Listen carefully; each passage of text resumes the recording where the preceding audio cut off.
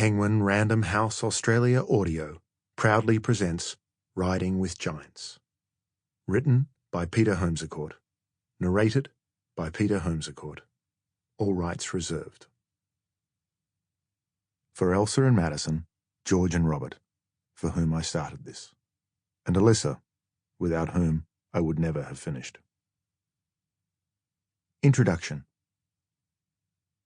When I was 11, I was sent 2,000 miles from home to a boarding school on the other side of the continent because, apparently, it was the best in the land. The school's extensive campus spread across a piece of southern Australian coastline. It occupied a low promontory next to Corio Bay, an uninspiring mouthful of Bass Strait, the turgid slice of ocean that separates mainland Australia from its island cousin, Tasmania. Its boarding houses, dining halls, classrooms, chapel, and decoratively fortified clock tower were red brick monuments to the way things have been, and the way things were sure to stay, settled, or so was hoped, forever. More English than the English, it was an Antipodean facsimile of a British private school, a transplanted piece of Victorian certainty, full of dark corners and sharp edges, with strict rules for uniforms and uniformity. With nearly a century of operations, there was ample evidence of its authority, and little room to argue.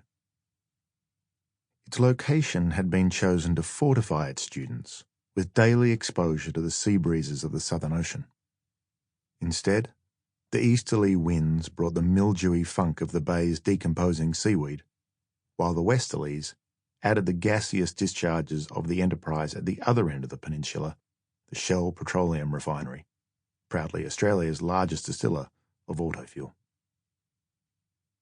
To those expected to be the country's future leaders, and one who stands to be the next King of England, the venerable institution provided all the requisite markers of the correct education.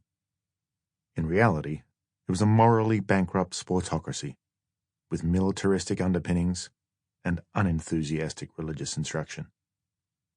We were buttoned tightly under well-pressed sky-blue uniforms, but the thin facade of unquestioned propriety only barely concealed a deeply embedded system of institutionalized bullying with more than a hint of sexual abuse.